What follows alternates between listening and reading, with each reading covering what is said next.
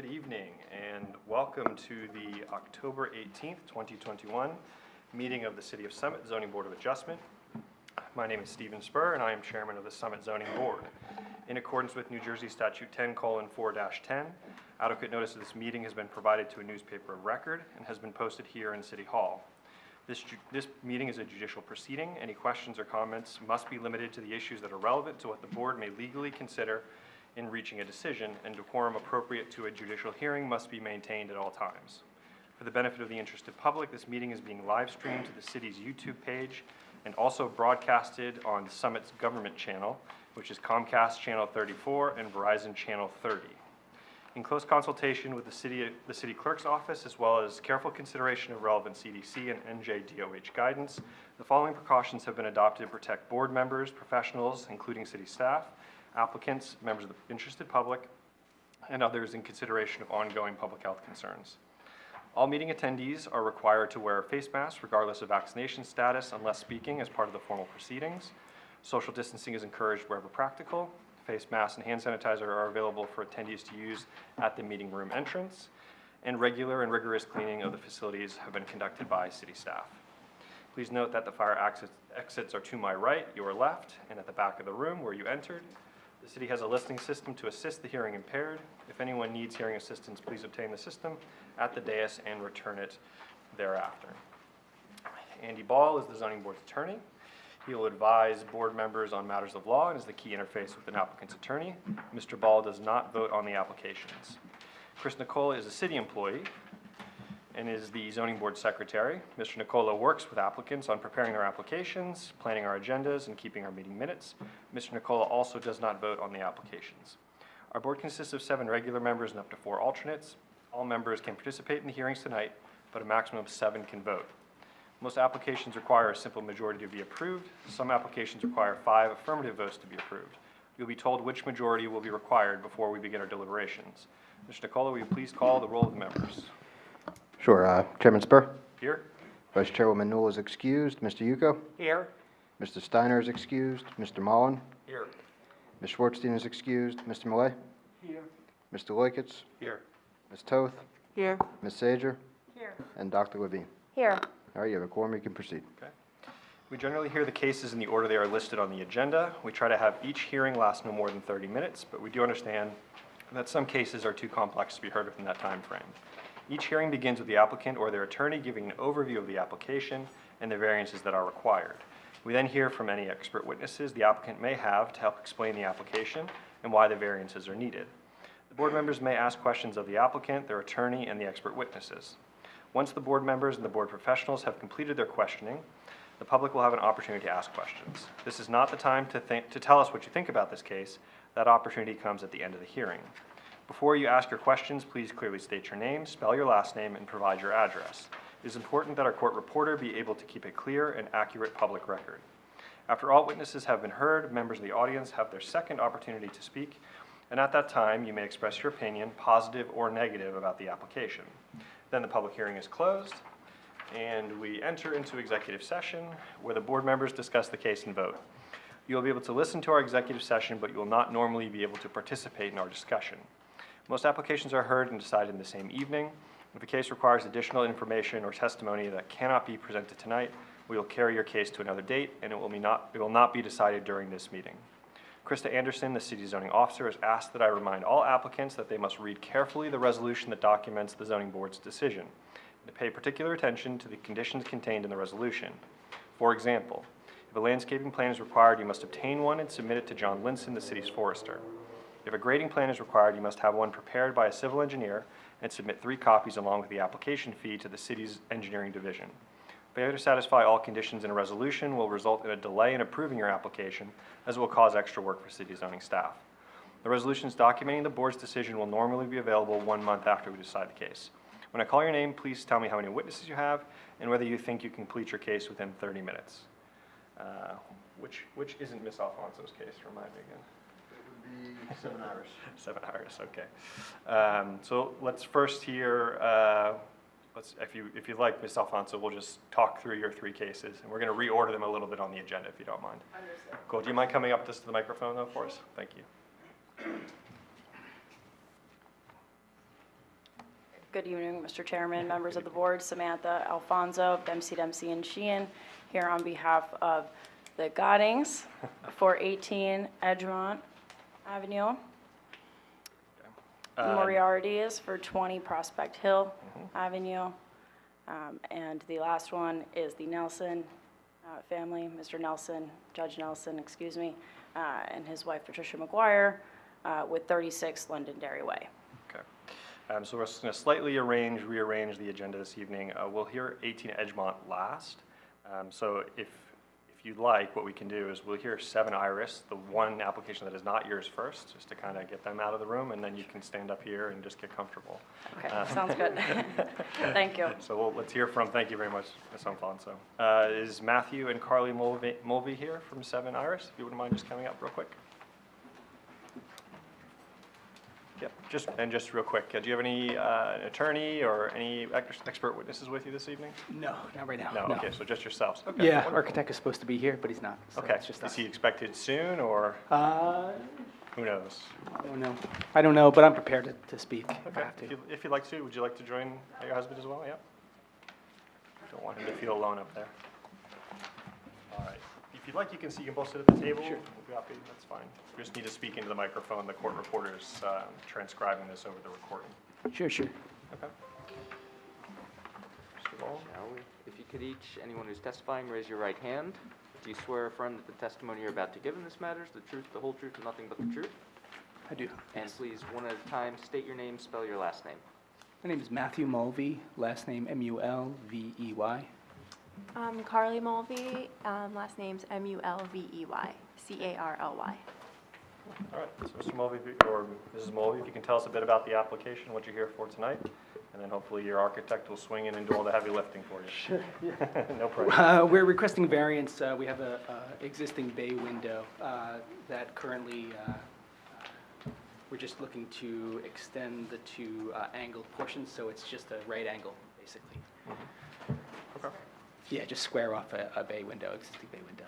Okay, wonderful. Is that your architect by chance? Yes. Great timing, impeccable timing. All right.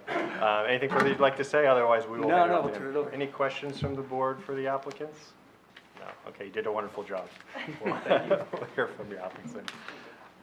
And just as the architect comes forward, is there anyone here from the public for this application, 7 Iris? No? Okay. All right. If you'd like to come up, we'll swear you in, and then you can begin your testimony. All right, if you could raise your right hand. Do you swear or affirm that the testimony you're about to give in this matter is the truth, the whole truth, and nothing but the truth? Yes. And please state your name, spell your last name. Joseph Kaiser, K-A-I-S-E-R. Thank you. And can you briefly describe your background, experience, and 3 boards you've appeared before recently? Sure. I'm a registered architect, state of New Jersey. I graduated from NJIT. I have my own practice for the last 2 years here in Summit. I testified before this board in August and also in Berkeley Heights. Any questions, or would you like to accept his credentials at this point? No questions, you'll accept your credentials. You may begin your testimony. If you could just speak into either the microphone there or the microphone at the podium, that would be helpful. Sure. Thank you. So I apologize that I'm late, and forgive me if I repeat anything that the applicant said already. Basically, what they're looking to do, amongst other work, is that they're looking for relief for their combined yard setback. So there's an existing walkout bay window, meaning that it extends, it's an extension of where their dining room table is, and it has 2 angles to it. And we're looking to square that off and then align that with the same width of the kitchen, so there's more space for the dining table. The existing setback on that side that we're not further encroaching is acceptable for their zone. And what they're looking relief for is for the combined side yard setback only, where, my next big drawing here.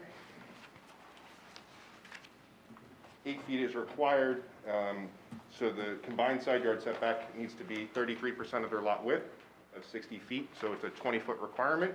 We are proposing 18.2, which is what the existing condition is. We're just aligning with that existing 8.4, and because we're building new with those 2 small additions on that side, that's triggering the need for the variance.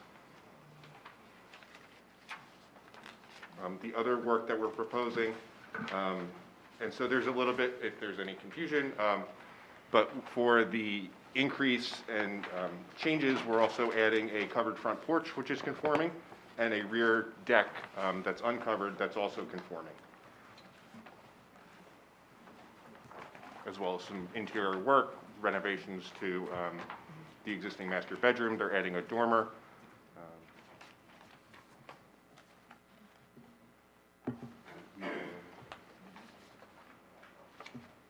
One other question that I think was in the notes is about relocating the existing air conditioner unit that's on the side there.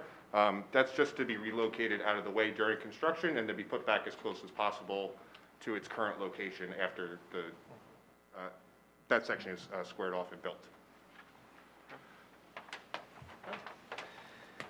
Before we go to the board, Mr. Dower, is there anything you'd like to draw attention to through the engineer's letter? The only question, we had a question regarding the comment in the bay window. Is that going to be a walkout bay window? Yes. Okay, so is there going to be a stoop or patio? What's So, going to be on the ground? so I guess for clarification, it's not walk out from the existing space to the outside. It's just, you're able to walk on it as like opposed to a bay window that you would sit on with a seat. It's walking from the existing dining area that's the current condition is going to be squared off. So we're adding, say, I think it's 2 square feet or 4 square feet of living space in that area. It's not walking out and down to the property. It's just being able to stand in the space in the room. Okay. And then there's, the other question was that we talked about the AC units, which is good. You're not adding any, you're just using the same one? We're using the same one. It's right in the area of the construction, and so it just needs to be relocated within reason with the existing line set and connections that are to it. If we can scooch it over, basically, I don't know if that's a formal word, but slide it over about a foot or so it's out of the way and maintains the clearances. And there's no generator proposed at this time? No. And are you proposing to remove any trees? Not at this time. Okay. And I assume, excuse me, I assume the air conditioner meets the ordinances for a screening? There's an existing, and I believe it was in one of the comments from the board, there's an existing fence on that side, Okay. which sides it from the left side neighbor. And then, is there a fence there along the front? Yeah, we There is a usually fence. defer to John Winston anyway, so, and that was really the only questions I have in the application, Mr. Chairman. Just to pick up on that point, so Mr. Linton, the city forester, does call for a landscaping plan to be developed that is looked to be focused on the front of the house, likely would address the prior obligation of replacing 1 shade tree. Would you find that as an acceptable condition that you submit a landscaping plan for review and approval? Yes. Okay, all right. Andy, you got that? Anything else on the forester report from the board? I think the landscaping plan should suffice. Yeah, I mean, just one question. The forester notes the issue of the fence, and that it seems to be in disrepair, but it might belong to the neighbor, and that's kind of counted as part of the screening. Is there any understanding of what's going to happen with that situation? No, to be honest, I wasn't really quite clear. The fence is fine, looking, but I'm happy to fix anything. I don't really know. Referencing at least an hour fence, unless it was the neighbors, because I know they did some work. It does belong to the neighbor, that fence on that side, it does, but it's not broken or in disarray. I'm not sure what that meant exactly, because it's all standing upright and in order. Okay, because I kind of had the same impression when I looked at it. I didn't want to go walk all over your property, but I thought maybe the forester saw something I didn't, but, okay. Well, I think as long as the plan, whatever they submit, is okay with the forester, that's... So we would just call, in the landscaping plan, special attention to the front of the house, replacement of the shade tree, and then adequate screening for the air conditioner, which may be accommodated by the fence, just verification that it's in good repair. Excuse me, on the first page of my drawings, there is a photo. On the bottom right, it does show that fence, if that helps clarify for everyone. The photo was taken a few months ago, unless something tragic happened to your fence that I don't know about, but you'll see it's like a white picket fence on the right-hand side, that bottom photo. Okay.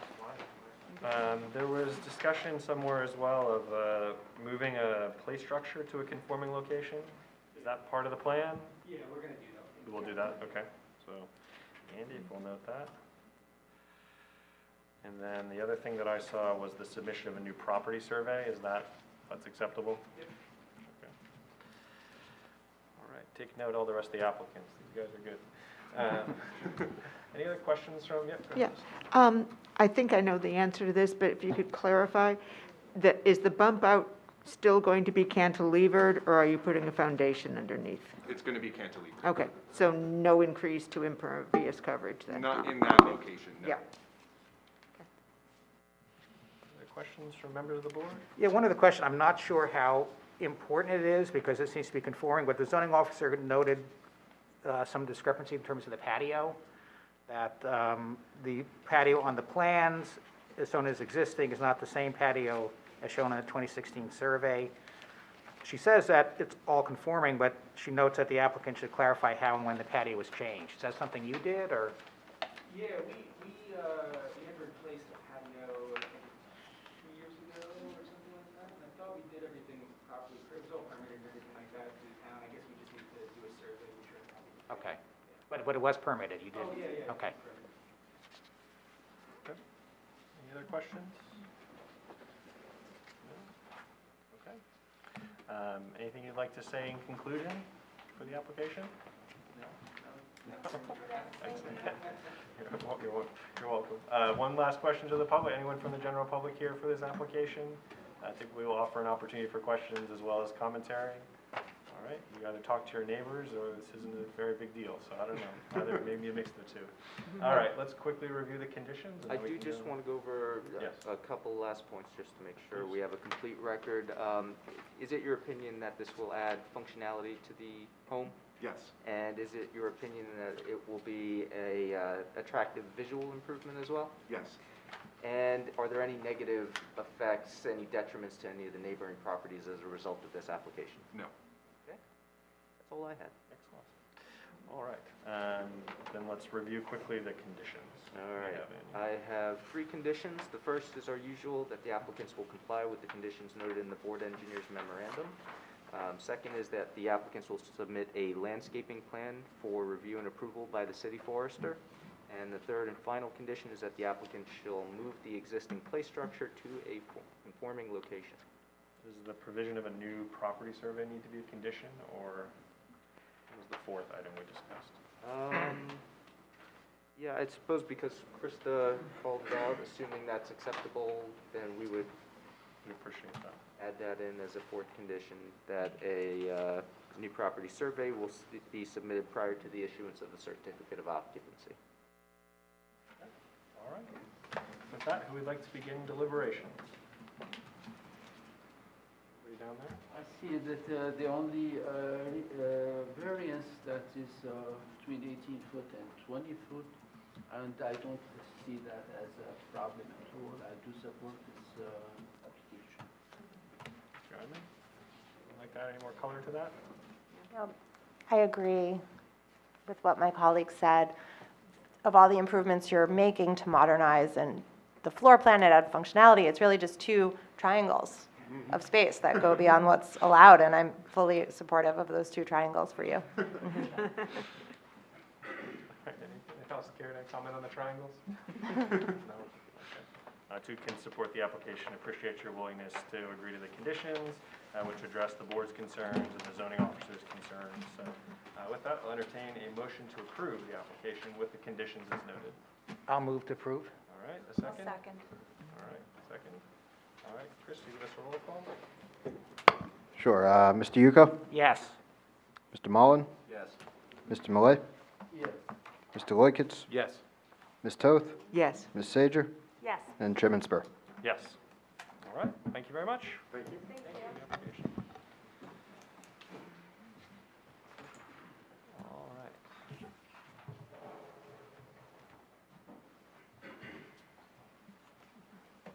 So we just wanted to hear 18 Edgemont last, if that's okay. So 36 Londonderry to start, does that work for you? Yes.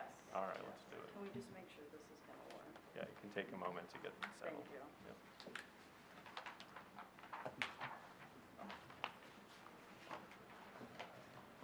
And Mr. Yuko is recusing from this case. And this Londonderry? is the, yeah, the Reeves Reed And also Dr. Levine, yes. Aw. She could have voted.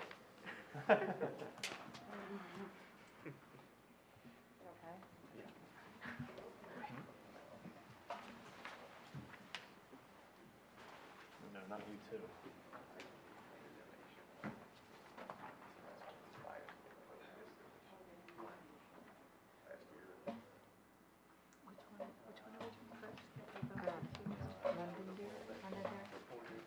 I think Tom was close.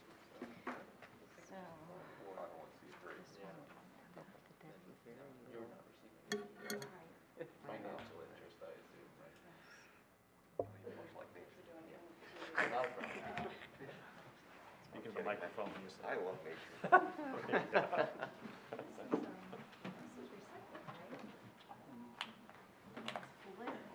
Is blue recycled?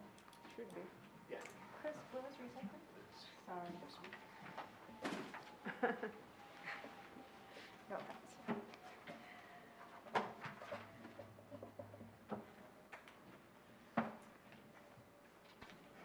Gotta be a setting.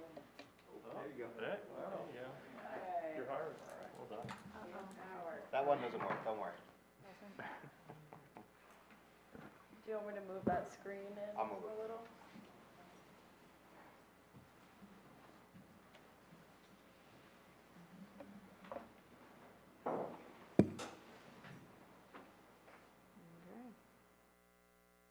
Better.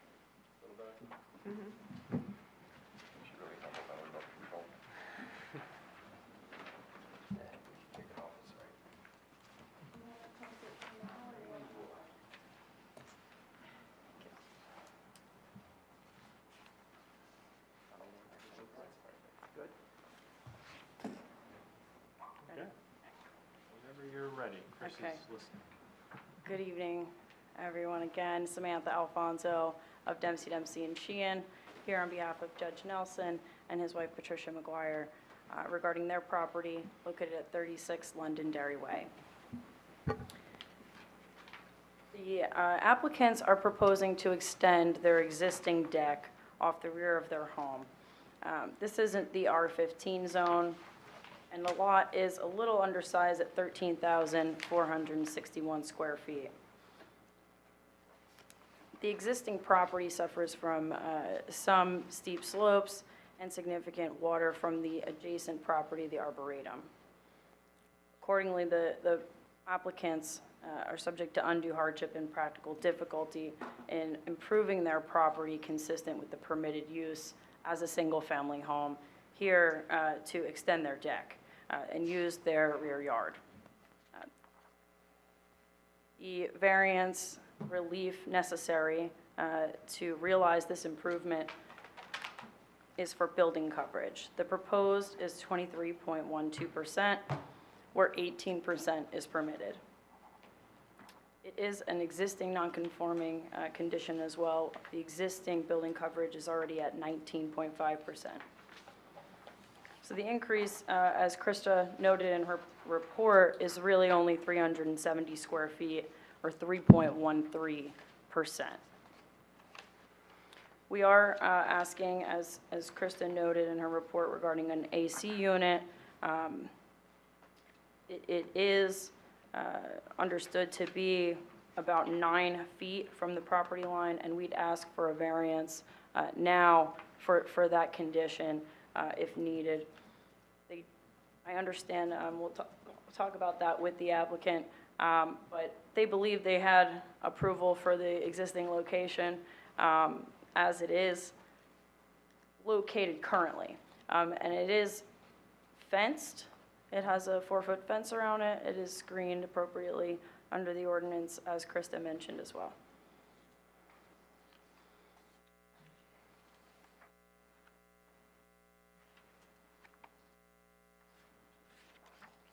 With that, I would ask if the board members have any questions of me. Any questions of Ms. Alfonso? I don't think so.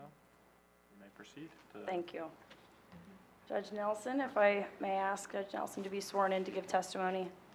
Do you swear or affirm that the testimony you're about to give in this matter is the truth, the whole truth, nothing but the truth? Yes, I do. And please state your name, spell your last name. Mark, M-A-R-K, middle initial J, Nelson, N-E-L-S-O-N. Thank you.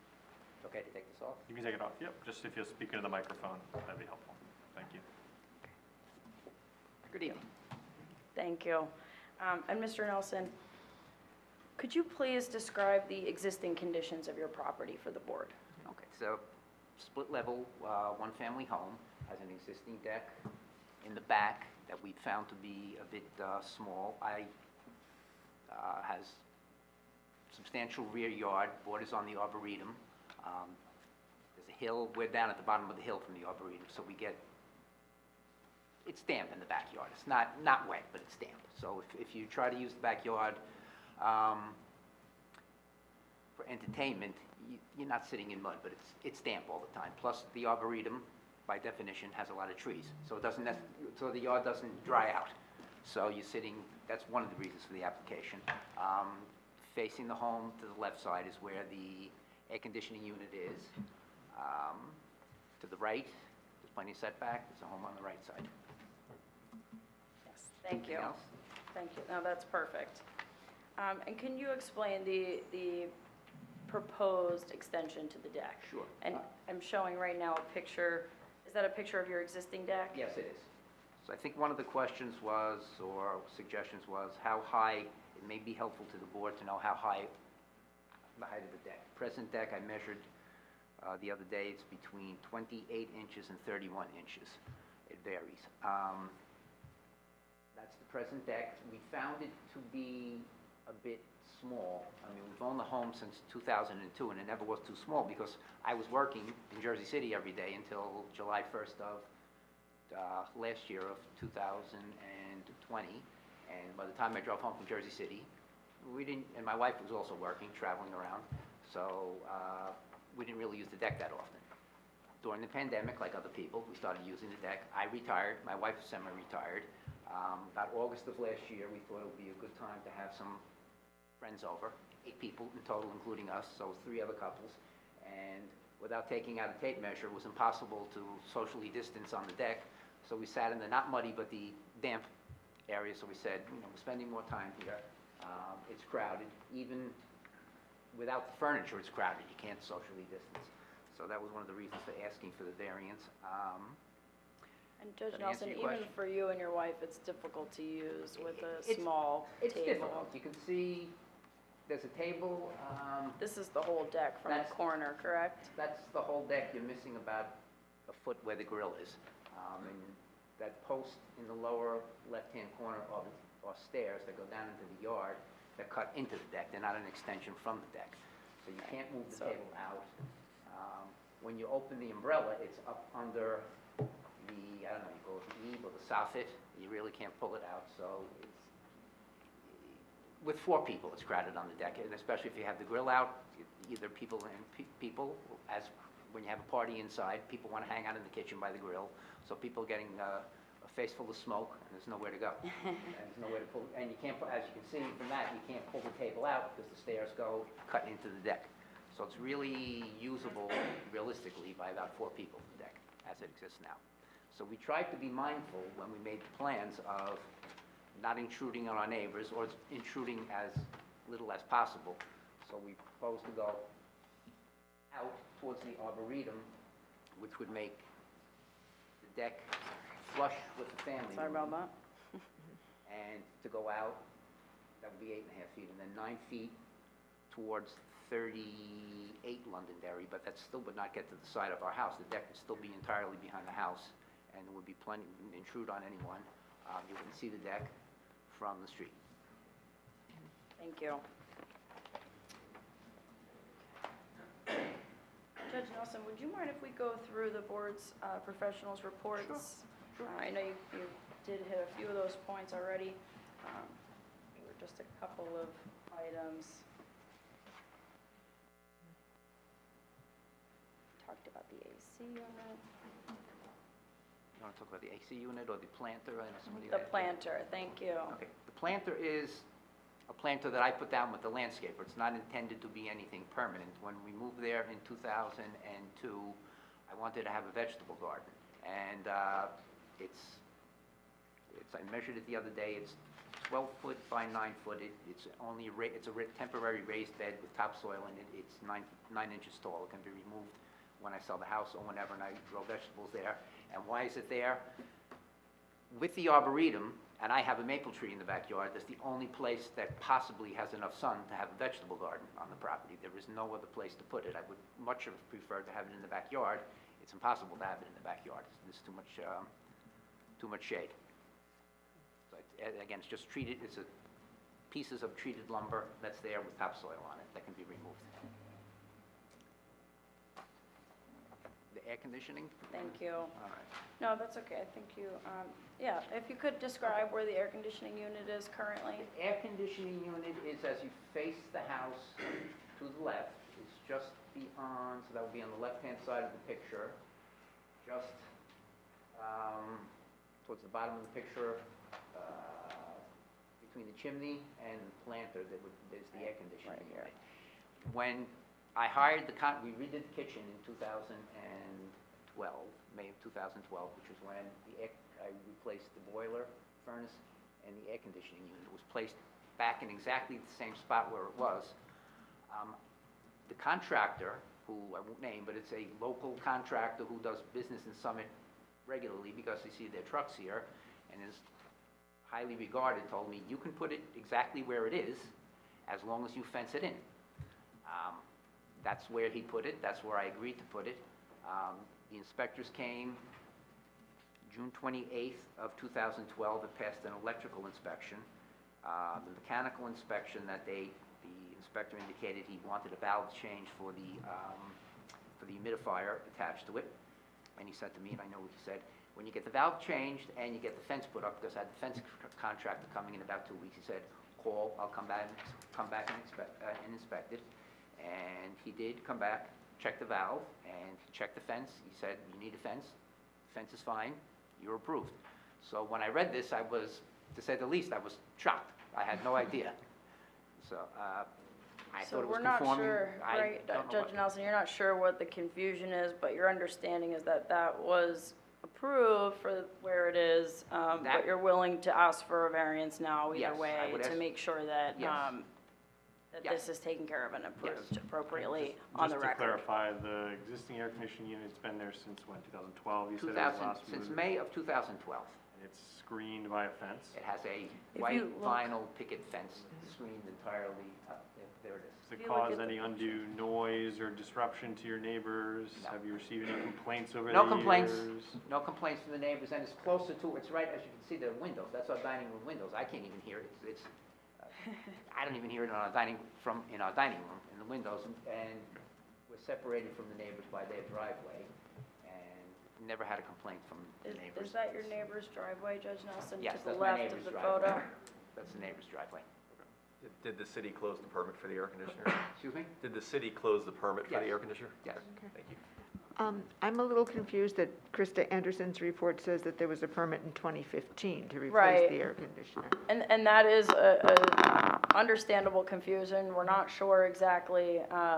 It seems that the records are not quite matching Judge Nelson's recollection and his records. But either way, we are asking for the variance to confirm the existing location. Although back then, I believe that the DRO would have permitted something different. We're asking for whichever variance needed now to make sure that this is approved in the location it is. If the date's a question, I didn't bring my checkbook with me, but I've canceled checks from 2012 and the contract from 2012 with the air conditioning company. Okay. Any other, and just to clarify, is the judge your only witness? Do you have any experts with you this? I do not have any other Okay, witnesses. so we just want to note where to direct our questions to, and Thank we've got our target right Here there. I am. Yes, There he please, is. All right. please do. Fire away. Any other testimony that you'd like to provide before we open it to our engineer? No, thank you. Mr. Dower, anything you want to draw attention to that wasn't already addressed? The only thing I would say is we made a recommendation that is under the deck that they put gravel to promote infiltration and to avoid any runoff. And Judge Nelson, Not a you've problem. agreed to Not a problem. add the gravel. All right. Thank you. I think that'll be included in the engineer's letter. Was so- that in your memorandum? Yes. Okay. We would condition the application on approval of the engineer's letter, for which that is one of the stipulations. Anything else, Mr. Dower, or that was it? That was Just it. gravel under the deck? Okay. Gravel under the deck. All right. Any questions from members of the board for the applicant? Yeah, on the survey, if possible, there is on contour 55.8, 55.7, there's something called GEN. What is that for? Sorry, I didn't hear you, sorry. If you And I'll look at the survey. deck where we have the orange colored area. Oh, So okay. a little bit on top to the left there is the contour 56, and there is an arrow towards GEN, generator. Oh, generator. There It's a is generator. generator, It's yes. a generator Okay. that we put in, it was permitted, inspected, that was put in about 3 years ago. Okay, thank you. Other questions from members of the board? It's pretty light on staff comments, aside from the engineer's letter and Krista's notes. I think the only other question was the trees, and there are no trees being removed. There are no trees being removed. Seeing no objection from Mr. Linson, you're doing something right, so good job. Thank you. There are more trees on Londonderry Way than you've ever seen in your life.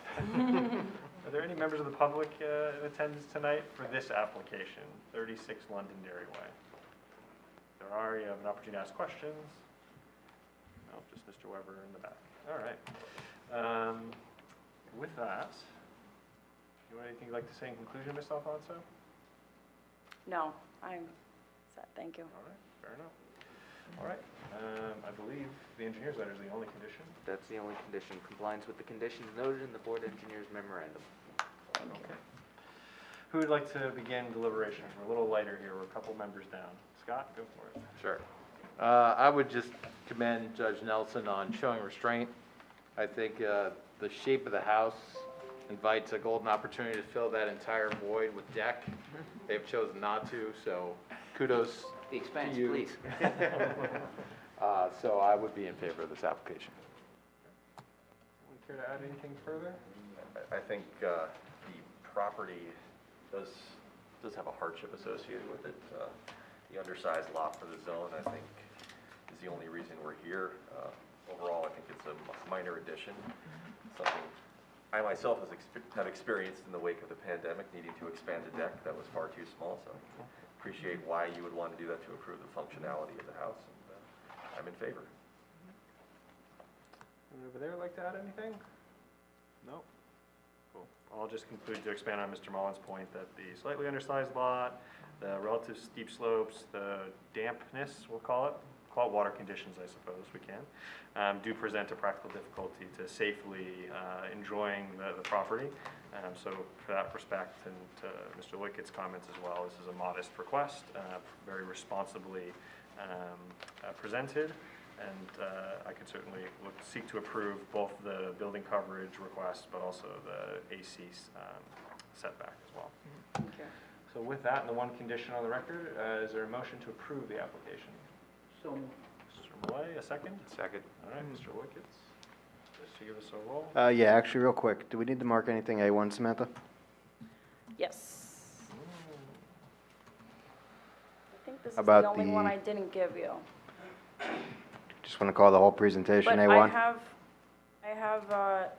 2 separate PDFs with everything in the 2 PDFs, if you want to just mark one A1 and mark the second PDF A2. Is that good with the board? Acceptable to the board. Okay, Aces. great. Thank you. All right, so we have a motion and a second, so Mr. Mullen, Yes. Mr. Malay, yeah. Mr. Loikitz, Yes. Ms. Toth, Yes. Ms. Sager, Yes. and Chairman Spur. Yes. All right, Thank you. thank you. Thank you Good very start. much. Good luck, Judge Nelson, enjoy your day. Thank you very much.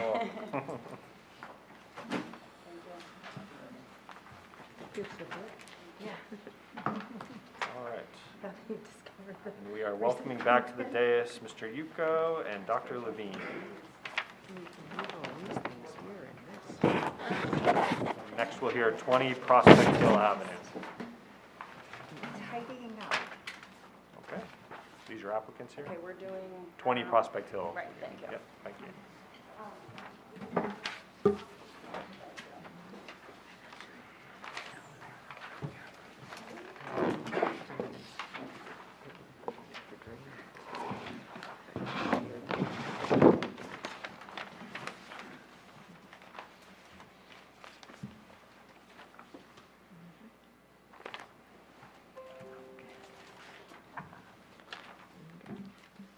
Samantha Alfonso again, here for the Moriartys at 20 Prospect Hill Avenue.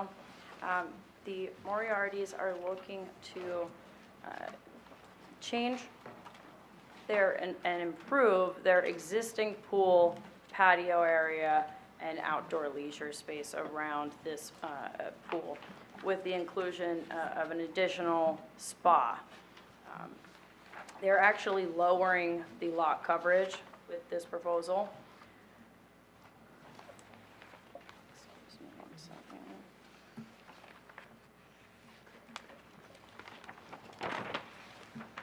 My apologies.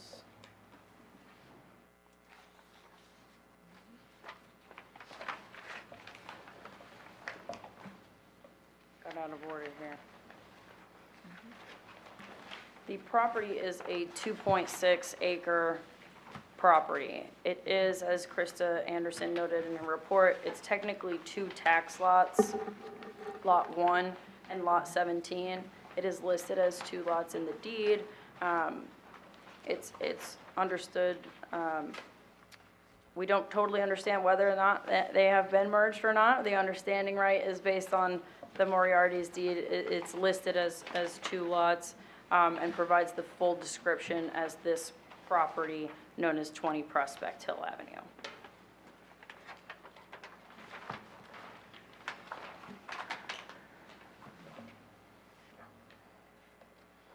The nature of the improvements to the pool and spa and patio area are really an aesthetic improvement to create a more consistent, modern pool and pool area consistent with the neighborhood and the character of Summit. It will not cause any detriment or impair the neighbors or anyone looking at this property. As anyone who goes by the property notice, it's heavily landscaped and buffered, and the applicants look to increase that buffer, not eliminate it.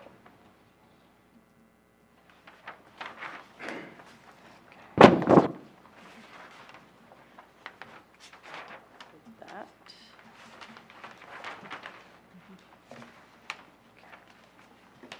The variance really requested with this application is just for the location of the pool and spa in the front yard because it is technically a front yard due to the corner lot.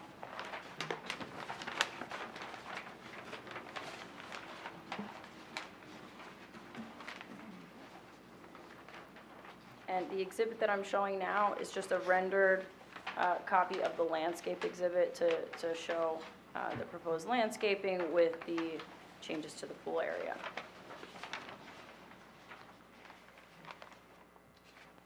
I would ask if the board has any questions of me, or I ask the Moriartys to introduce. Aside from the Moriartys, do you have any witnesses for this application? Yes. Just so we know who to direct our questions to. Right. We have one witness, One witness. one And professional witness.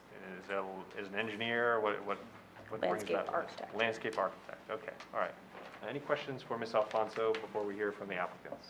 Yeah, I have a question. I'm not sure if it's for Ms. Alfonso or Mr. Ball or both. The zoning officer's report notes that there is some suggestion, quote unquote, a list from city files that a variance was granted for the pool in 1966, but the city no longer has access to those files. Is the reason we need a variance tonight for the location of a pool that's already there because we have no absolute proof that the variance was granted in 66? Is that why? No, my understanding is that we do have proof that the variance was approved for the location of the existing pool. This is because we need another variance because we're changing that existing nonconformity. Okay, so because you're adding to it, okay, okay. And any deviation from what previously exists, even minor, is going to prompt the new variance there. Okay, okay. And should we address the existence of the 2 lots? Is that something that should be addressed, or? As council alluded to, we briefly discussed this ahead of time, and I don't see it as something that's necessary. Normally, when a single owner owns 2 adjacent lots and one is non-buildable due to them being both owned, as a single piece of property, by operation of law, technically, usually that will be considered to have merged and be effectively one lot. So whether the applicants in the future determine that they want to go through and formally recognize that through a deed later, they can do so, but I don't see that as being a requirement that the board has to either address or impose at this point. That's all I have for now. Thank you. Thank you. Okay, all right. Ms. Alfonso, you may proceed with the applicants then. Thank you. Yep. Thank you. If you could be sworn in to give testimony, could you give your name? Should I stand Yep. up? Anyone who will be testifying, if you could raise your right hand. Sure. Do you swear or affirm that the testimony you're about to give in this matter is the truth, the whole truth, and nothing but the truth? Yes. Yes. And one at a time, please state your name, spell your last name. Melissa Moriarty. The last name is Moriarty. And Timothy Moriarty, Moriarty. Thank you. Could you please describe the existing conditions of your property in terms of the existing home and? Yeah, so as mentioned, it's a corner lot, and the combined property is 2.6 acres. And I didn't know the date of the pool, but I thought it was the 60s or 70s when it was installed originally. And so we're just looking to update it. There's some curvature in the pool that we want to eliminate and square off the edges. And as mentioned, we'd like to add a spa. And I believe we are reducing the amount of hardscape relative to what is there currently, and adding more green. And you've lived in Summit a long time? Yeah, I've lived in Summit probably 50 years. Looking forward to improving this property? Yes, very much so. Thank you. And did you retain any experts to assist you with this application? Yes. And was one of them Larry Yes. Badinsky? Larry's back there. Yes, Larry.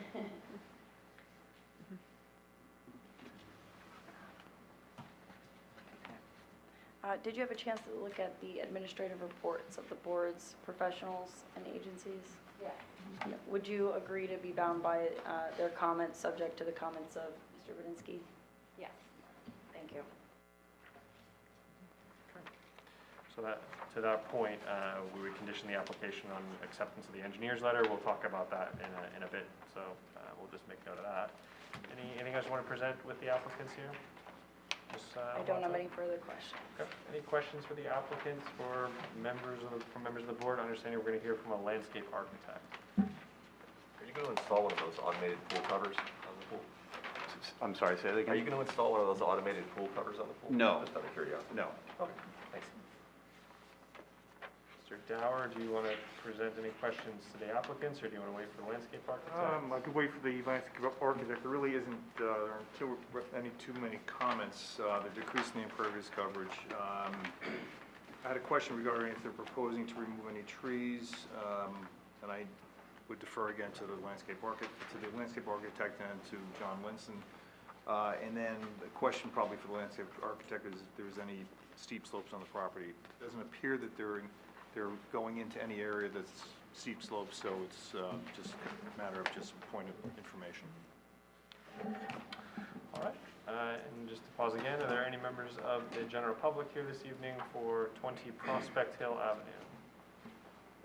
No, you lucked out, Ms. Alfonso. All right. With that, we can move to your landscape architect, if you like. Thank you. Sure. Thank you, Mr. Moriarty. Yes. Thank you. Thank you.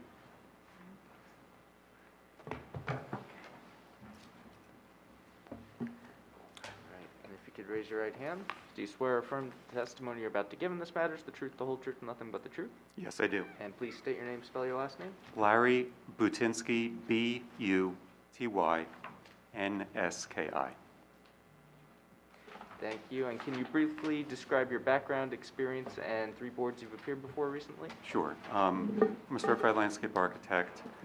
Received my BS in environmental design from Rutgers in 1979. Was licensed to practice landscape architecture in New York in 1982, and then in New Jersey in 1985. and have been practicing since.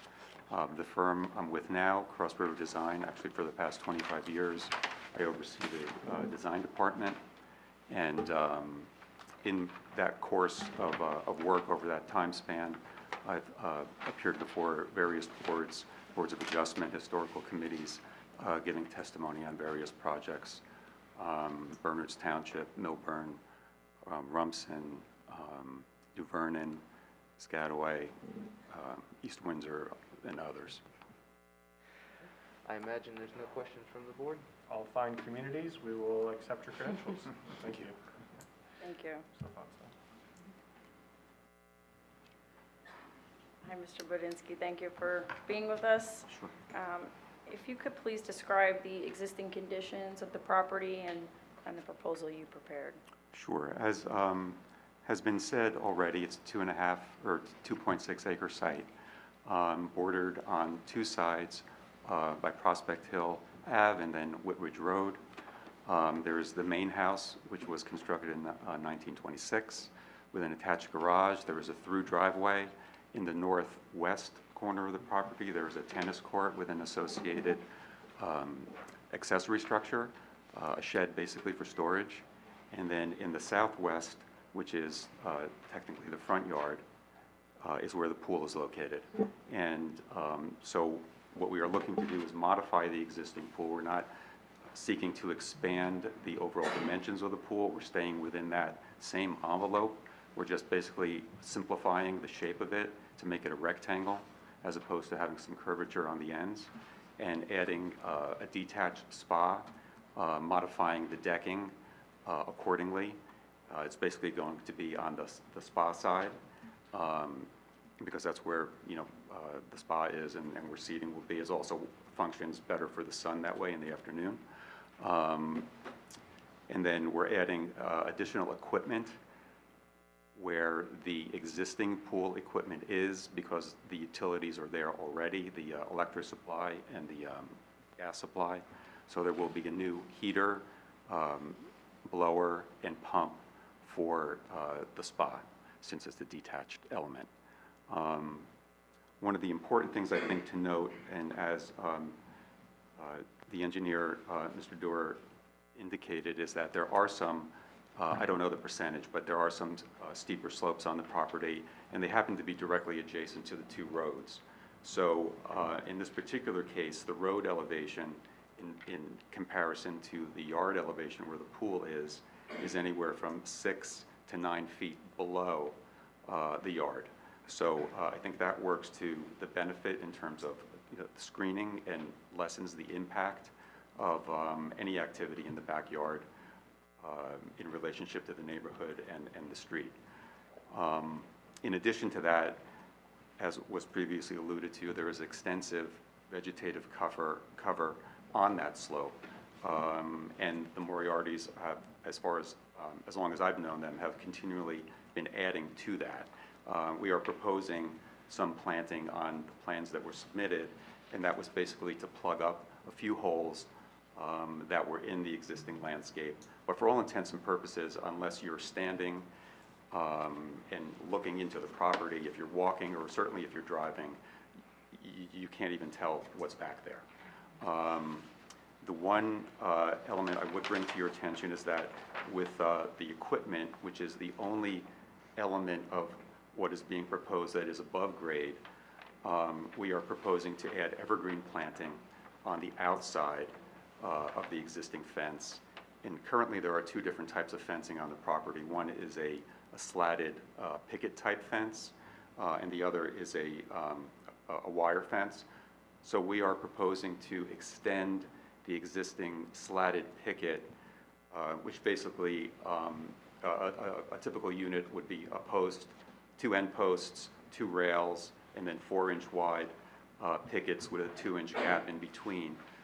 What we are proposing to do is where that fence comes alongside of the equipment, to put another picket on the inside in the gap of the 2 existing pickets, so that for all intents and purposes it presents as a solid fence. Mr. Budinsky, if you look at the screen, is that purple line kind of in the area where you're talking about putting a second fence inside? Yes. Thank you. And I think also, as previously was mentioned, there was a slight reduction in overall coverage of impervious coverage on the site, minimal, but it is slight. Yeah, I think that's about it. And this will increase functionality, I think you mentioned. Yes, you know, just with the new layout and with the location of the spa, and with the interaction with the existing terrace behind the house, this layout is just meant to attend to how the Moriartys want to use the space. Thank you. Does the board have any questions of? Mr. Nauer, you want to tee up your questions? The only question I had was with the steep slopes, so the only encroachment in the steep slopes, if you will, would be additional landscaping, is that Yes. correct? Okay. Yes. That's. We're not removing any trees. Okay. And we're not, other than, as you said, planting on that slope to increase the buffer. Nothing else. No further questions, Mr. Chairman. All right. Any questions from members of the board? No? Group? Mr. Yuko, anything catch your eye? Not right now. No, okay, all right. Good job. With that, if you'd like to say anything in conclusion? I don't have anything. I think this is meant to be a beautiful, aesthetically pleasing, buffered, modern amenity for the applicants and the neighbor. I would submit the application to the board. Okay. I'll check one more time if there's any member of the interested public here for 20 Prospect Hill Avenue. Hearing and seeing none. Mr. Ball, did we flag any conditions aside from the engineer's letter? Just that one. Okay. All right, who would like to begin the deliberation? Be silent forever. Well, I'll start. I have to say, this is certainly one of the more attractive properties in Summit. And I've driven by it and walked by it for years and never noticed a pool. So it is very, very unusual to have a pool in the front yard. Very unusual, but it's almost, you know, can't tell it's there. I definitely want to commend the applicant for screening it as well as they have and for being committed to continuing that landscaping effort to keep their privacy as well as, you know, no distractions to people in the area. And I have no trouble granting this variance. It's a minor adjustment to an existing unusual situation. It's not being made any bigger. It doesn't seem like it's going to be more intense use. So no negative impacts in that regard. So I'm in favor of the application. Mr. Hugo stole all my thunder. I think I too have driven by that house at least a couple of times a month for 25 years. And I didn't even know there were tennis courts. Never mind not knowing there was a pool.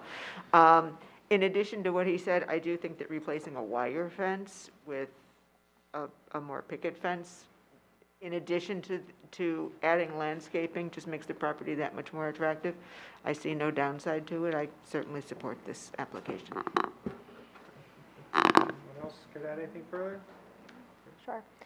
And I agree with what my colleagues have said so far. Also from an environmental standpoint, I know we've mentioned several times, but a decrease in impervious coverage doesn't go unnoticed by this group. Also no plans for trees coming down, and all the existing beautiful lush landscaping is only going to be augmented by these plants.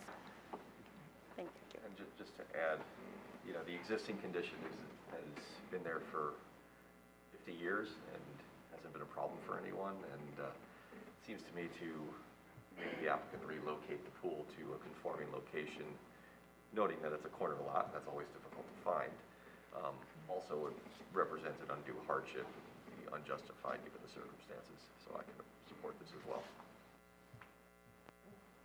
Not forcing anyone else, there's more commentary than I thought we'd get. For all those reasons, I too can support the application, noting particularly the peculiarity of the lot or lots, as we may refer to them. The corner lot condition creates a significant hardship. So, with that, I'll entertain a motion to approve the application with the condition as noted. Motion to approve. Mr. Mullen, a second? Second. All right, Ms. Sager. Chris, will you give us a roll? Sure. Mr. Yuko? Yes. Mr. Mullen? Yes. Mr. Malay? Yes. Mr. Loiketz, Yes. Ms. Toth, Yes. Ms. Sager, Yes. and Chairman Spur. Yes. All right. Thank you. Ms. Alfonso, let's take 5 minutes just to stretch our legs, and then we'll get the fourth application and wrap the evening. Thank you.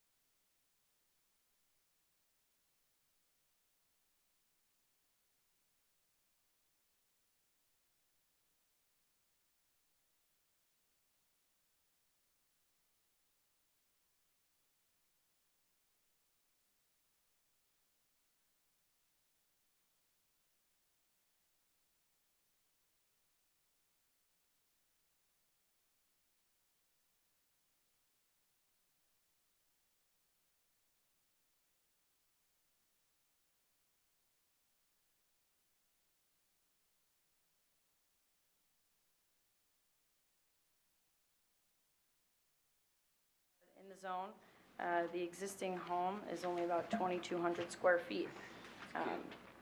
The proposal, very cute. The proposal calls for an addition. The true improvement here is reconfiguring the interior and eliminating the front-facing existing garage, creating a detached garage that matches the Tudor style of the home. To realize those improvements, the required variances include lot coverage. And this calculation was a little up in the air. We believe we were at over 39% lot coverage. Krista came back and in her report described and provided 32.6%. However, we also took a look at her report as well as the Environmental Commission report to consider permeable pavers. And we combined those, and we've asked if we can add about 50 square feet of permeable pavers on towards the back of the property, and I'll pull up an exhibit.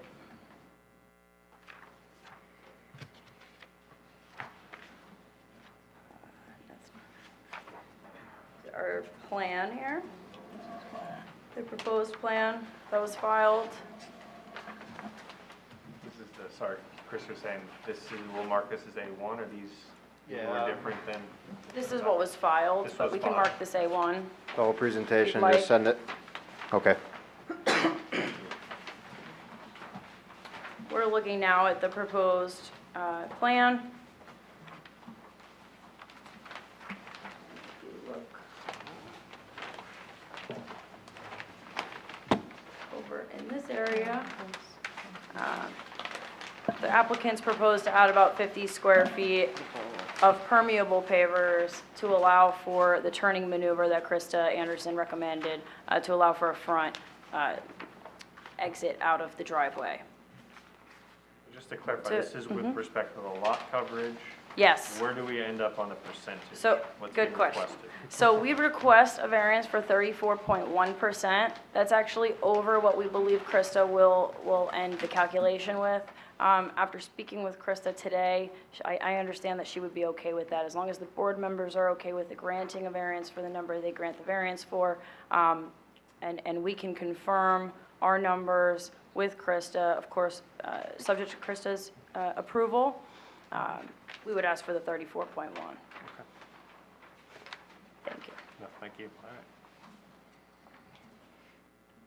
We would also need a variance if the board approved this application for the footprint of the garage. It's minimally over on square footage, really for the landing outside of the garage at 13 square feet. The permitted maximum for the garage is 576 square feet, and we're proposed at 589 square feet. That proposed detached garage also has proposed second-story storage area with a very, very small bathroom, half bathroom.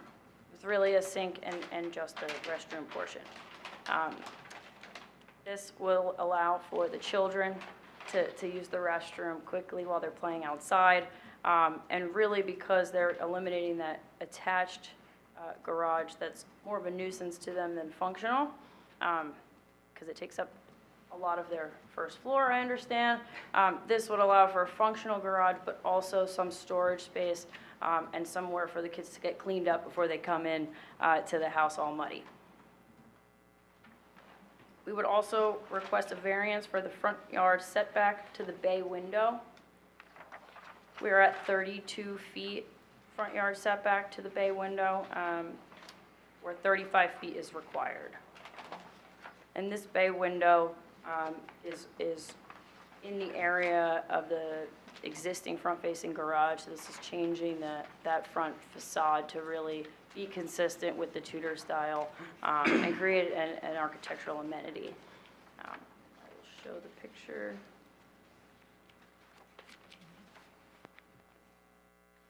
This is a rendering, also in A1, of the proposed home. And to the right side, you'll see that proposed bay window.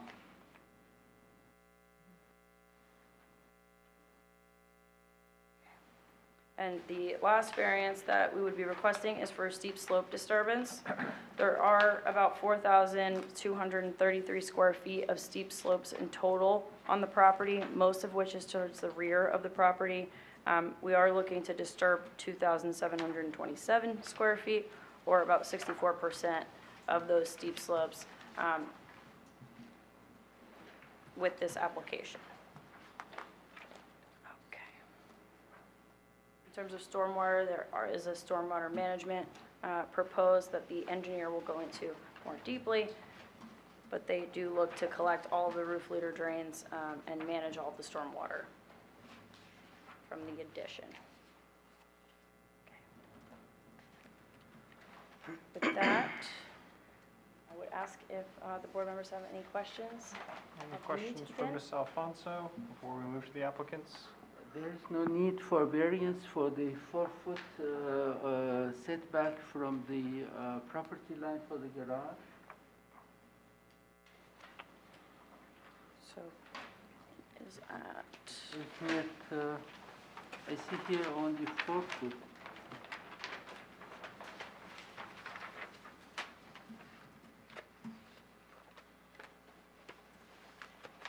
That's too close to the It is neighbors. 14.3 feet. Yeah. I have 14.3 feet here. Is that conforming?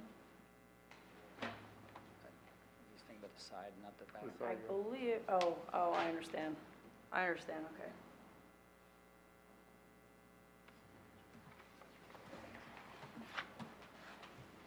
Let's double check.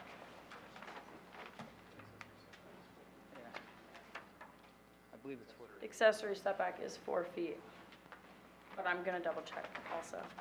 Does it require variance here or? No, it doesn't. No.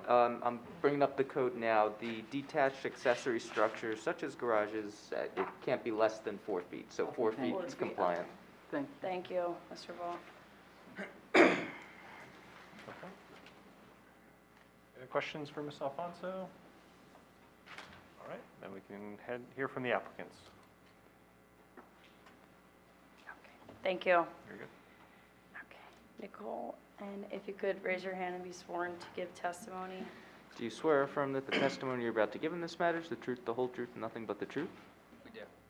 And one at a time, please state your name, spell your last name. My name is Nicole Getting, Nicole Goetting. And I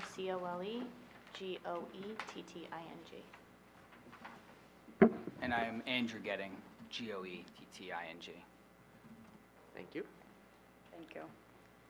Could you please describe the existing conditions of your home and the property? Sure. So we bought 18 Edgemont in 2018. We've been living in town since 2014, originally renting in downtown, and then we, after years of searching, found the house. It's a storybook Tudor, north side. It's I like to describe, it's a small lot in a big lot neighborhood, but we love it. And we have fantastic neighbors, and we want nothing more to raise our kids in this home. The house has if you go to the picture, it might be best to describe it, the existing conditions, but it's a classic Tudor with a forward-facing single-car garage. It's about 9.5 feet wide. The garage, as my wife will say, fits almost nothing. Definitely does not fit a car, and it's really crowded with all the, especially now with one kid and one kid in the way. I know we drive big cars. So it's 2 cars back to forth, which means we have to constantly move. Who's leaving first in the morning? You can imagine the headaches. What you see is 10 by 10, but actually on the drawings you'll notice that there's 10 feet into the house as well. So the garage is actually 20 feet deep. So as we have been living in the home, we started to imagine how we would get away from a galley kitchen, how we would use this 200 square feet to our advantage of which is a garage, how we would, what was marketed as a first floor, 4th bedroom is nothing more than a 8 by 10 playroom for my daughter, and how we could reconfigure this into a home that we could spend our life in. Like I said, we've really become part of the fabric of the community. This past weekend, we hosted our block party, and we were excited to see 12 new neighbors, all with kids our age. So we are very happy with the area. The plan started with wanting to create a livable space inside. It was changed when we had our daughter about creating a safe play space outside. So we then came up with the idea of, we have this pretty usable back area of the property. Part of it's pretty flat and part of it's into a hill. And we said, wow, if we could build a 2-car detached garage, we could have parked 2 cars safely. We could have a play area in the driveway for scooters and the chalk and the like.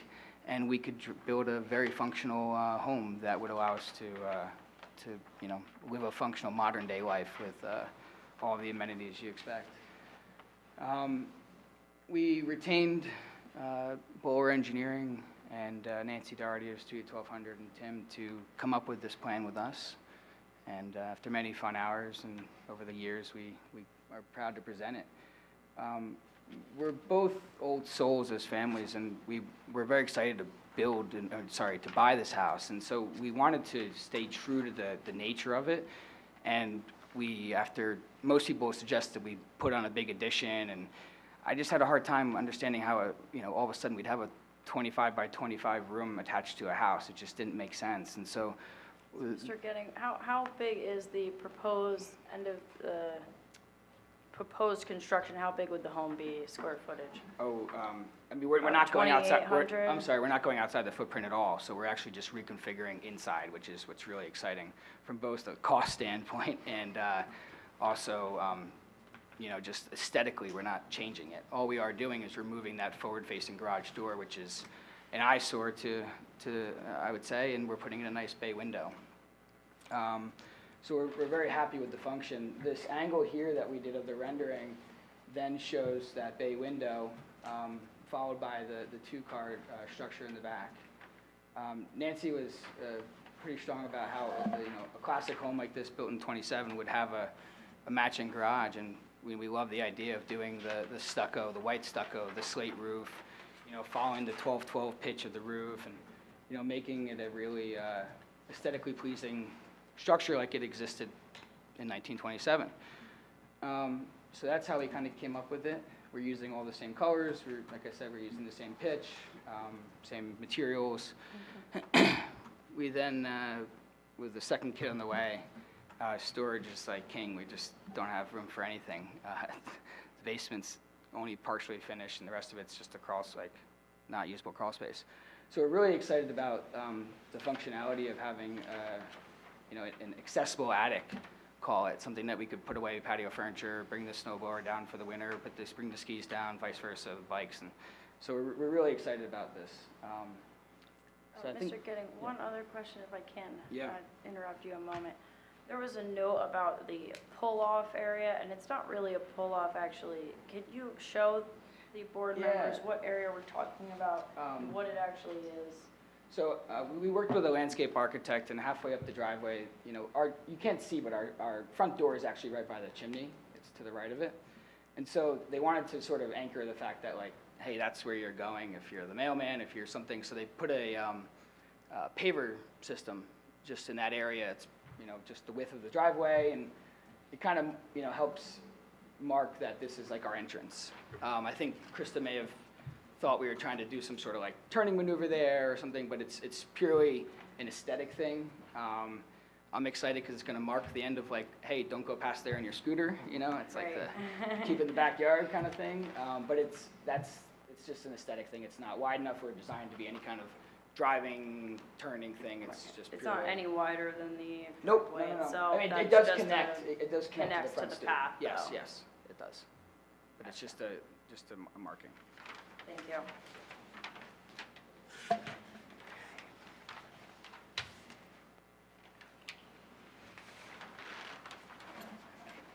That's all I had. Did the board members have any questions? Questions from the board for the applicant? I have something. Please. Is that storage space above the garage, is it going to be insulated, heated, cooled? I would think that we would probably insulate it. I haven't thought about heating and cooling. They do have a half bathroom. Oh, yeah, we would need to. I Up think there the on the architect- second we would floor, need so to- I we would think need- they yeah. do need to do the electric and everything. You for would say you heating. would need to heat it, I think so. imagine. Yes, yes. For the restroom, Okay. I think it's worth having the option. Yeah, I mean, I think, you know, I am excited about having in the garage some tools and be out there working. We might probably do like a gas-fired, like, hung heater probably or something to heat that. I don't think we, Maybe not central, but yeah. Okay. Questions for the applicants? Okay, I'll just note, I don't believe, unless Mr. Weber has a question, there's any members of the interested public here for this application. Okay. They're, my neighbors that are all very excited for us. We've spent the last 2 years talking with all of them individually. We've sent plans around everybody, printed copies for everybody, and everybody is fully supportive of us. They asked if they could come. I said I don't think it's necessary. But Thank you. Perfect. You can proceed to your next witness, Ms. Alfonso, if you'd like. thank you, thank you. Yes, we're good. thank you.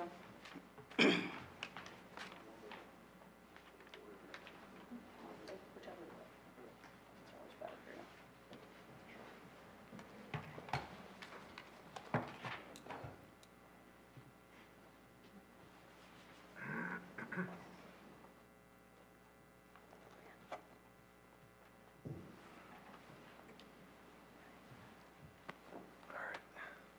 If you could please raise your right Thank hand. you. Do you swear or affirm that the testimony you're about to give in this matter is the truth, the whole truth, and nothing but the truth? I do. And please state your name, spell your last name. My name is Matthew Kunzman.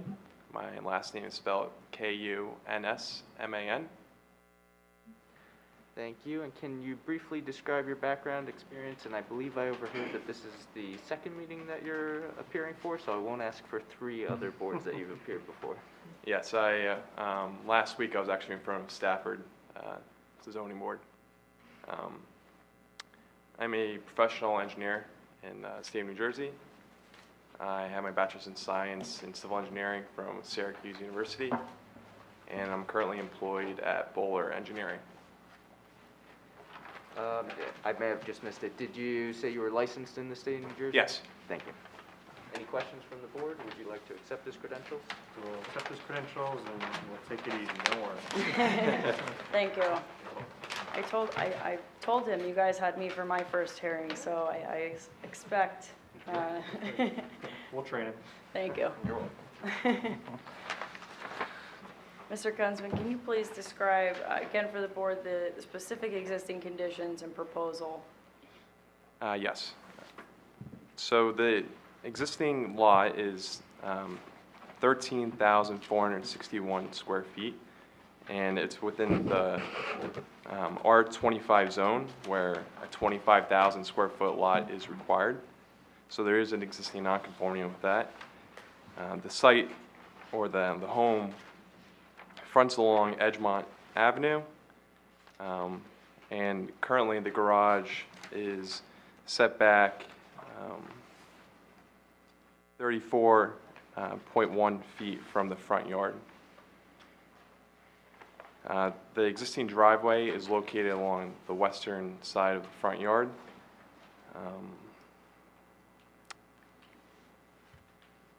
And the existing, sorry, one second.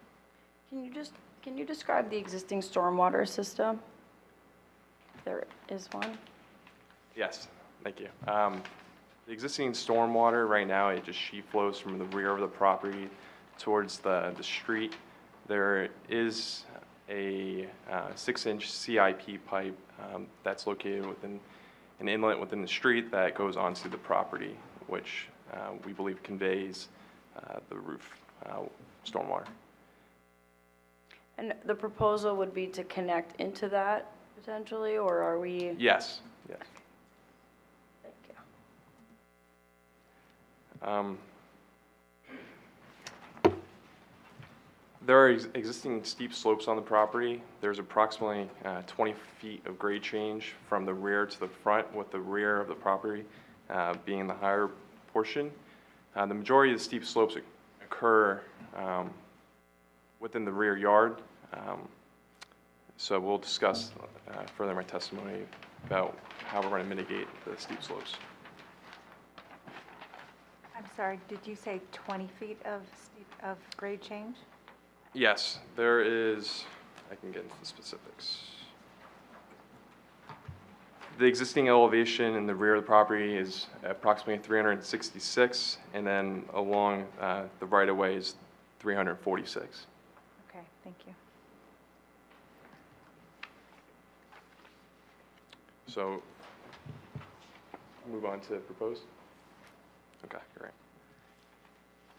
All right, moving on to the proposed plan. Give that up. Can you pull that out?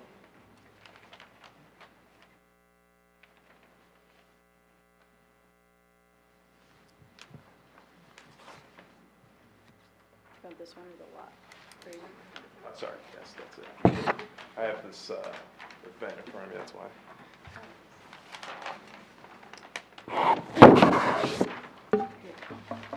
Yeah.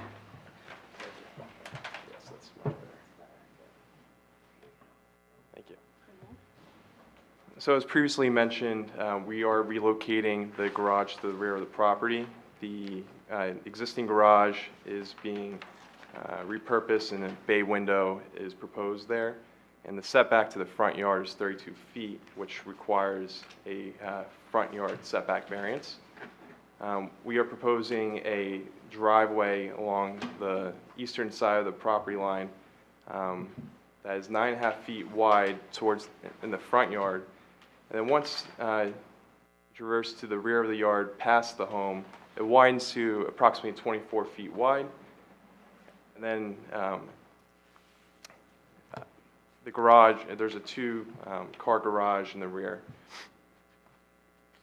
Matt, could you describe where that 50-foot of additional permeable pavers we're looking to add for Krista's?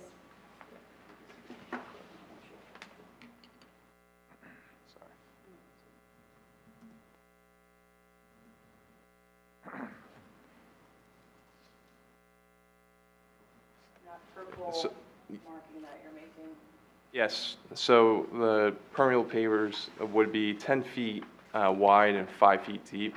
That way it provides a hammerhead-style turnaround and allows a vehicle to be able to turn around and pull out, I guess, forward rather than backing down the driveway. But it probably doesn't add too much space so that someone probably wouldn't want to park there, right? Correct. Typical parking space is anywhere from 9 feet by 18 to 10 by 20. So providing a 5 by 10 is just enough room for someone to be able to turn around. Thank you.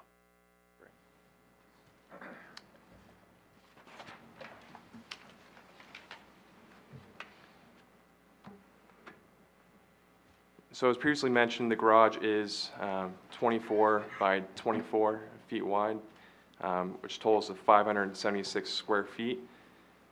There is a landing which increases the maximum or the accessory structure floor area to 589 square feet, which we're requesting a variance for as well. In addition, we are proposing some other site improvements, such as expanding the patio behind the single-family home, and also proposing a new staircase and improvements along the western side of the house. With all these improvements, we have to request a lot coverage variance as well for a total of 34.1%, where 30% is required. And as mentioned before, if the lot was located within the R10 zone, which actually the immediate neighbor is within the R10 zone, a lot coverage variance would not be required because the R10 zone only requires 35%, where in this case we're required a 30% maximum. So it is a hardship in that way.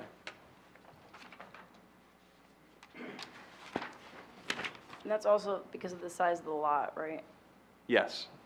The existing lot size is 13,461 square feet, where 25,000 square feet is required.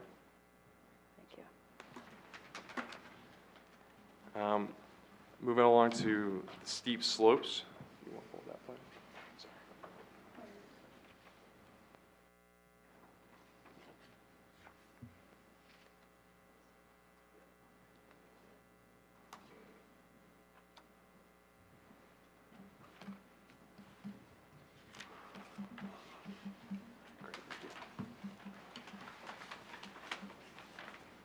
So the red area shown on this plan was submitted as part of the application, and the red area designate the steep slopes. So as you can see in the rear of the property where the garage is proposed, and also some of the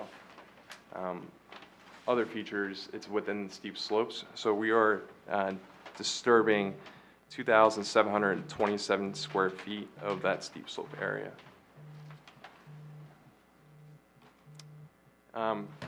As part of the ordinance requirement for steep slopes, we have to justify how stormwater, soil erosion, and things like that will be addressed. So we are proposing there will be silt fence. We have a dry well proposed for stormwater to be collected for the roof. And we are also proposing retaining walls as well, which will hold back the soil. And lastly, the maximum proposed grades within the landscape areas will be no greater than 3 to 1. For stormwater, in existing conditions, as mentioned before, the steep slopes in the rear of the property, there was really no way, or it just sheet flows down the steep slopes, and sediment and erosion can occur on those types of slopes. So we are proposing, as I was saying, roof leaders which will be collected into the dry well, and the dry well will connect to the existing pipe on the property, which ultimately goes into the city system. And this will be conditioned on a grading permit, I suppose? Yes. We would condition the application on acceptance of the engineer's letter, and we'll give you a chance to chime in, Mr. Dowd, don't worry. Thank you. Yep. Do you want to see if Mr. Doer has any questions for you? Sure. So we spoke a little bit about the turnaround area, which is what Chris had mentioned as far as a long driveway and not having the ability to turn around. So the proposal to put in a turnaround area, which is minor in size, and then also have the permeable pavers is a very good proposal. We also discussed adding a trench drain, which would capture some of the runoff just downhill from that before it reaches the street. That would pick up the under drain from the permeable pavers, direct that to the seepage pit. The seepage pit overflow would then go down to where the connection is. The only thing I would ask is that that you'd have to verify that that connection is active and is not clogged or anything else like that, that it may not need to be replaced. So whether or not that's televised or doing some type of a field test. Yes. Okay. And that's pretty much the only comments I had regarding that. And we do need the calculations for the seepage pit just to make sure that that's adequate what you're proposing. And that would all come through the grading process, grading permit process. Is it, in your opinion, appropriate to condition this on a stormwater management plan, or it should be addressed through the grading permit? It should be addressed through the grading. You know, the applicant will have to maintain the seepage pit, which is fairly standard. The city requires that the manhole extend to the surface. They're proposing a seepage pit that's rated to be in a driveway, because that was a question that somebody had asked. And they have that. The manhole has to be lockable. It can't, the city does not want a grate on the top because they're concerned about mosquitoes. So that would be the only other comment. They're going to have that in the grading permit process as well. Okay. So just to let you know about that. So other than that, I really don't have any other comments on the stormwater. I did have a couple of comments. We talked briefly about the AC units, where the existing proposed are, and then we talked about the heating the second floor. I'm assuming if it's going to be heated, it will also be air conditioned, and so if there's a compressor, and it could be a dual unit, heat pump or whatever, that's got to be, would have to meet the ordinance as far as setbacks and screening. Understood. And I think that was the only other things that I had was that connection to the city. And again, so that's an overflow, so when the seepage pit should, if it does get to the point where it reaches capacity due to the storms that we get, the 100-year storms we get every 2 months now, then that would overflow down to the street. And was the condition to televise the lines already noted in your memorandum? No, it was not. Okay. There's probably another field study, but televising would be one way of doing it. Okay. So, and that can be worked out. If it's possible, sorry, I didn't mean to interrupt you. That's okay. If it's possible to do a different field test, because I understand televising can sometimes be difficult. Not that, I'm sure they will do the televising if that's what's appropriate, but if we could condition upon whichever it would be the something city engineer finds appropriate at the time. So I defer to the city, and we'll work with them on that during that process. Okay. That's good. Yep, all right, thumbs up. I see a thumbs up from the applicant. Okay. Oh, sure, yeah. Yes. Yeah. Just making sure. We're in. Yep. If the landscaper says replace it, we replace it. If it's good in shape, that's great. If it's stake, that's great. Okay. Thank you. That's the spirit. You got it. Thank you. Trust me, we want to do it right. I want to drive it. Awesome, thank you. Any questions before you go? Any other questions from the board for Yes, the engineer? I have a question regarding the walls of the proposed garage. The south and west walls, are they soil supporting? Or because I see here there is like 8-foot difference in elevation between the ground and the wall. So these are separated from the side, or are they retaining, soil retaining? The garage structure? Yeah. Yes, the finished floor of the garage is 352, and I believe the top is around, or the rear is approximately 360, so it will be buried approximately 8 feet. Yeah, and this is what kind of wall is that? I would have to defer. If we could bring up, I think Andrew Getting has the answer to that. Okay, very good. I'm going to speak in the microphone if you can. Yeah. You're already sworn, so come on up.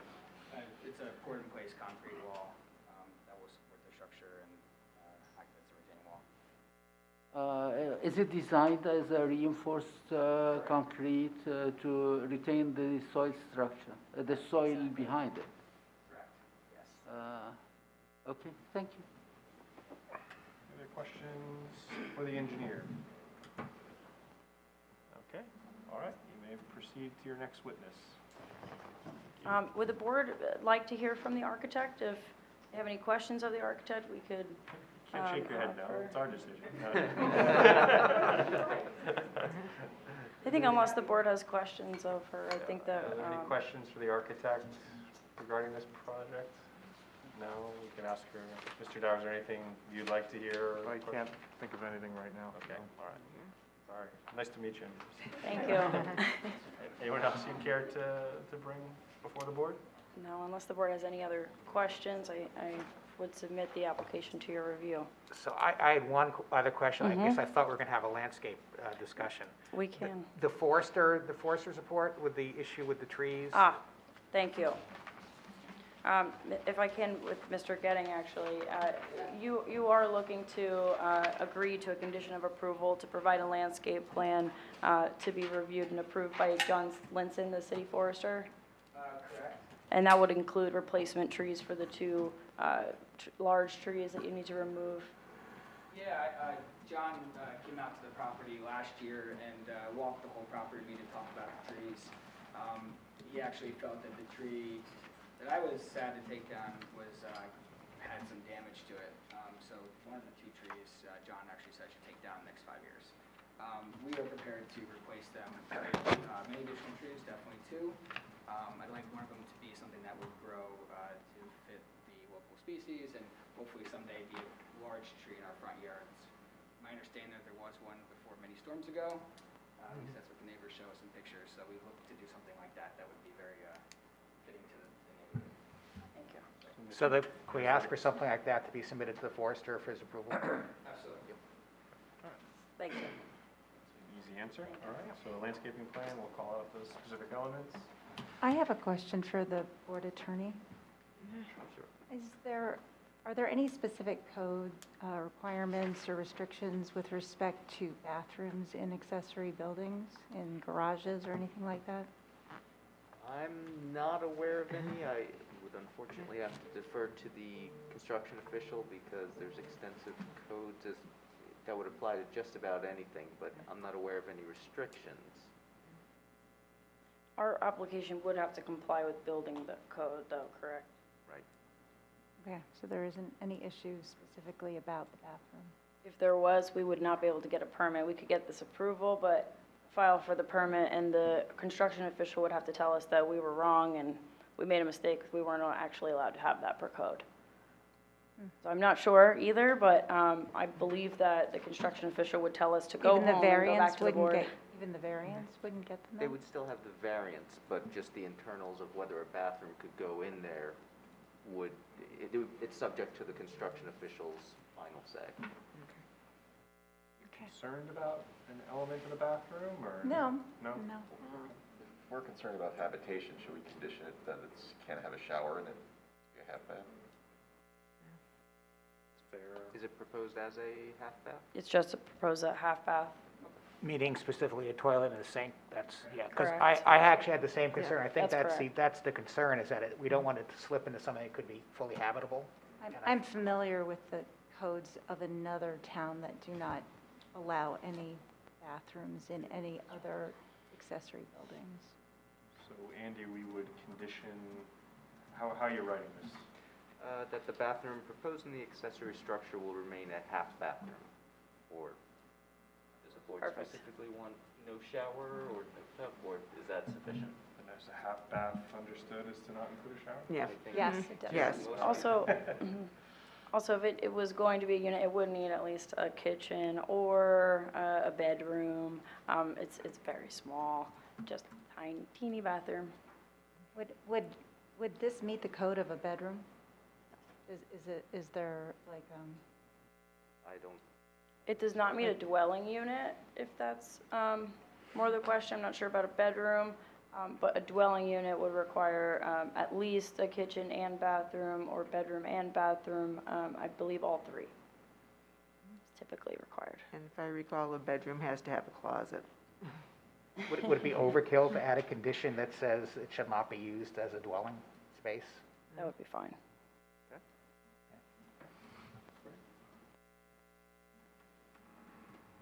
Any questions while we have the applicants, a couple of professionals, and Ms. Alfonso? Okay. Anything else you'd like to say in conclusion? Thank you very much. Unless you have any other questions of me. Thank you. And I will observe again for the record that there is no members of the interested public here this evening to provide either questions or comments. Okay. Mr. Ball, what do you got for conditions? I've got a number of conditions. So first is our usual compliance with the conditions noted in the board engineer's memorandum. Second is that the applicants shall submit revised plans to incorporate the final lot coverage calculations with a lot coverage figure not to exceed 34.1%.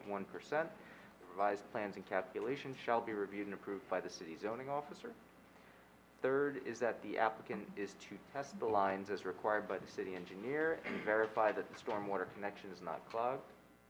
Fourth, the landscaping plan shall be submitted to the city forester for review and approval. This plan will address the replacement of trees on the property and within the right-of-way.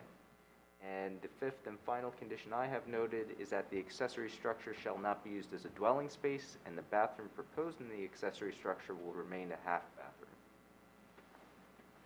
Okay, Thank you. very thorough. Okay, with that, who would like to begin deliberations? I'll start. Okay, you can hang out here otherwise. Yeah,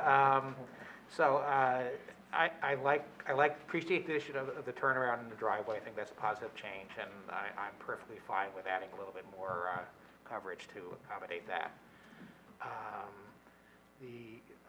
And I think the small variance on the size of the garage is offset by the positive of removing the front-facing garage, so that's a good change as well. The lot coverage variance overall is not large, perfectly acceptable. Front yard setback for the bay window is not a big deal for me, and it seems certainly a character keeping with the neighborhood. I think it's an attractive improvement. I think it's a positive for the neighborhood. I can't see any negative impacts from this application. There's a bit of a hardship with the undersized lot, which also offsets some of the issues here. So I'm in favor of the application. You wish to call the low-hanging fruit. Anyone care to add anything else? I will. I looked over this application earlier today, and I thought it was really creative, and I was very positive on it. I think what you're doing to reconfigure the house will really improve the house, and I understand everything you're doing with respect to the garage to take away some of the pressures from inside the house by moving your parking to the garage in the back, by moving a lot of your storage to the back. The more I think about that bathroom, the more I am a little troubled, because I have children who are in their late teens and early 20s, and I can imagine a situation where they're using that space, and I would just caution you that there is no egress window in that space, and you probably may not have a fire alarm in that space. I don't know if you will or not. So I would just say that if it is approved, to take some precautions with respect to that. So that is my only thing, but I think that it makes a lot of sense. Any other comments? On the fire thing, does code require AC powered? I don't, if it was a bedroom, it would, but I don't know if a garage requires a fire alarm. It wouldn't be wired in with the rest of the house. And the fire chief didn't note anything about alarming it, so I can't believe it's required. No, I doubt it is. Seems like we approved safety improvements. I mean, there's going to be electricity running to it anyhow. Yeah. Yeah. Is it inappropriate? I'm not proposing anything. I'm just giving friendly advice. I love your idea. I'm giving friendly advice. I could see a sleepover or something happening, and I think providing a smoke alarm at a minimum, they would absolutely agree to that. I think they'll want that anyway. Can we sneak That's a an great extra point. Thank condition you. in there, Andy? You got room on that? I'm sneaking in. We can make it 6. Thank you. 6 will be the addition of a smoke detector in the accessory structure. Thank you. All right, wonderful. So with that, I'll acknowledge too the irregularly shaped and undersized lot, the steep slopes that exist. Before I found appealing not just the aesthetic improvements, the stormwater management enhancements, but the use of permeable pavers, which is a rare occurrence, but the Environmental Commission will be happy to see that pulled into this application. And then with Mercedes' addition as well, just generally a safer condition for the lot. As a father of 2 young children, tucking them in the back is much better than having them up by the street. So I think not just for your cars, but for your children and your peace of mind, this will be a real significant improvement in terms of safe conditions on the lot. So I can approve the application as well. Do we have a motion to approve the application? I'll move. Excellent. I'll second. Well, Ms. Toth gets the second. There is one. Chris, the roll call? Yeah, Mr. Yuko, Yes. Mr. Mullen, Yes. Mr. Malay, Yes. Mr. Loiketz, Yes.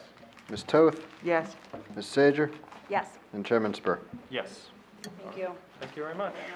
Good luck. All right, and Chris has a marathon of resolutions to approve. Yeah, we have like 50 resolutions, no problem. There was a couple meetings ago. I don't think this is the record. First is 5 Laurel Avenue, application ZB 21-2064. Eligible voting members are Chairman Spur, Mr. Mullen, Mr. Malay, and Mr. Loiketz. Would somebody like to move that? So moved. Second. All right, Chairman Spur, Yes. Mr. Mullen, Yes. Mr. Malay, Yes. and Mr. Loiketz. Yes. All right, next is 68 Valley View Avenue, application ZB 21-2066. Eligible voting members are Chairman Spur, Mr. Mullen, Mr. Malay, and Mr. Loiketz. And we need a motion. So moved. Second. All right, Chairman Spur, Yes. Mr. Mullen, Yes. Mr. Malay, Yes. Mr. Loiketz. Yes. Next is 16 Dunder Drive, application ZB 21-2069. Eligible voting members are Mr. Mullen, Mr. Malay, Mr. Loiketz, and Ms. Toth. We need a motion for that. Move. Second. All right, Mr. Mullen, Yes. Mr. Malay, Yes. Mr. Loiketz. Yes. Ms. Toth. Yes. All right, next is 15 Oxbow Lane, application ZB 21-2068. Our eligible voting members are Chairman Spur, Mr. Mullen, Mr. Malay, and Mr. Loiketz. We need a motion for that. So moved. Second. All right, Chairman Spur, Yes. Mr. Mullen, Yes. Mr. Malay, Yes. and Mr. Loiketz. Yes. All right, next is 7 Ramsey Drive, application ZB 21-2065. Eligible voting members are Chairman Spur, Mr. Mullen, Mr. Malay, Mr. Loiketz, and Ms. Toth. Need a motion? So moved. Second. Chairman Spur, Yes. Mr. Mullen, Yes. Mr. Malay, Yes. Mr. Loiketz, Yes. and Ms. Toth. Yes. Next is 7 Dorset Lane, application ZB 21-2072. Eligible voting members are Mr. Malay, Mr. Loiketz, Ms. Toth, and Ms. Sager. Need a motion? So moved. Second. Mr. Malay, Yes. Mr. Loiketz, Yes. Ms. Toth, Yes. and Ms. Sager. Yes. All right, and our last resolution is 34 Locust Drive, application ZB 21-2074. Eligible voting members are Chairman Spur, Mr. Mullen, Mr. Malay, Mr. Loiketz, and Ms. Toth. Need a motion for that? So moved. All right, we'll give the motion to Mr. Malay and the second to, who was that, Ms. Toth? Yeah. All right, Chairman Spur, Yes. Mr. Mullen, Yes. Mr. Malay, Yes. Mr. Loiketz. Yes. And Ms. Toth. Yes. And we have 2 sets of minutes. First is September 8th, 2021. Somebody like to move those? Moved. Second. All right, all in favor? Aye. Any opposed? All right, nobody's here. Good. September 20th is the next set of minutes. Need a motion to approve those? So moved. Second. All right, all in favor? Aye. Aye. Any opposed? Seeing none. And before we run out the door, 2 quick notes. Collecting input for annual reports. So if you have anything, send it to me over email. It would be helpful, and then I'll work with Chris and everyone else to just compile that. That again goes to the governing body and the planning board as a reflection of changes to the DRO or land use here in the community that we'd like to see taken seriously. And then secondly, we are out to bid on board professionals. You can close your ears? No, just kidding. That includes our planner, our engineer, our attorney. So I'll make sure to connect with everyone individually about the conduct of that process and how you'll be able to weigh in on the choice we will make towards the end of the year for our professionals in the next calendar year. So with that, we are adjourned.